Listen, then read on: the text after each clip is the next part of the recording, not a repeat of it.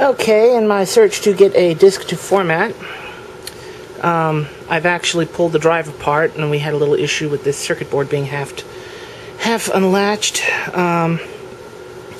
I've also been taking a close look at the actual... come on, focus!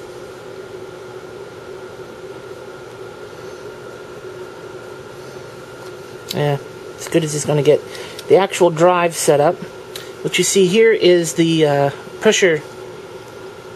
This is a little pressure pad that pushes the disc up against the drive head. Let's take out this disc that's in here. The reason I'm working on this is because I'm having some issues getting some discs to format. I did manage to get one disc to format properly, but it took a little bit of finibbling. Specifically, I had to apply just a tad of pressure on here as it reached about the midway point, which I'm going to look into.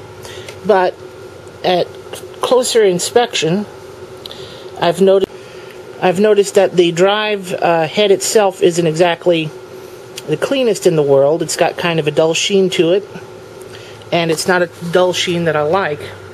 So what I'm going to do is give it a quick clean. And I figure I'd show y'all how to do that. So what we've got here is some isopropyl alcohol.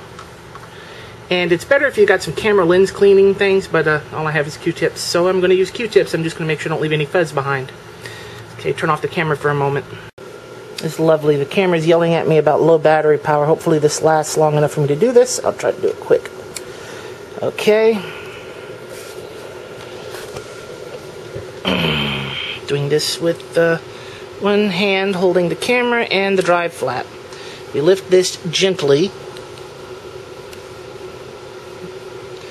and we bring the camera back just far enough for it to focus. Come on, camera, focus. When in doubt, switch to manual focus. Okay, what we're going to do is wet down the head here,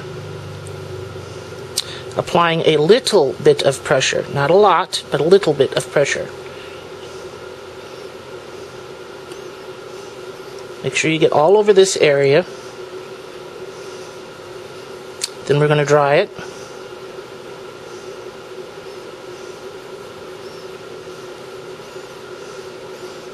She's already looking nice and shiny again. Another wipe down. Get the corners. And dry again. And last but not least, we're going to wet down the underside of this little felt pad.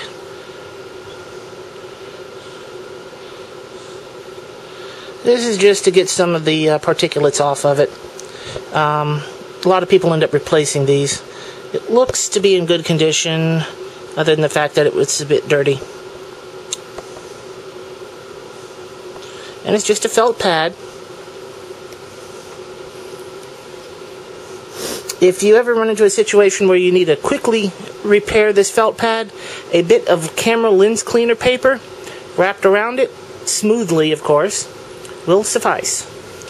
Now we'll put our disc in and hopefully everything will work fine. That is your quick tutorial of how to clean a drive head. I will not include how to take one apart because everybody's drives is a little different, but usually on a single-sided disk drive you'll see that. On a double-sided disk drive, this flap will contain the opposite read head. Never pull them back too far.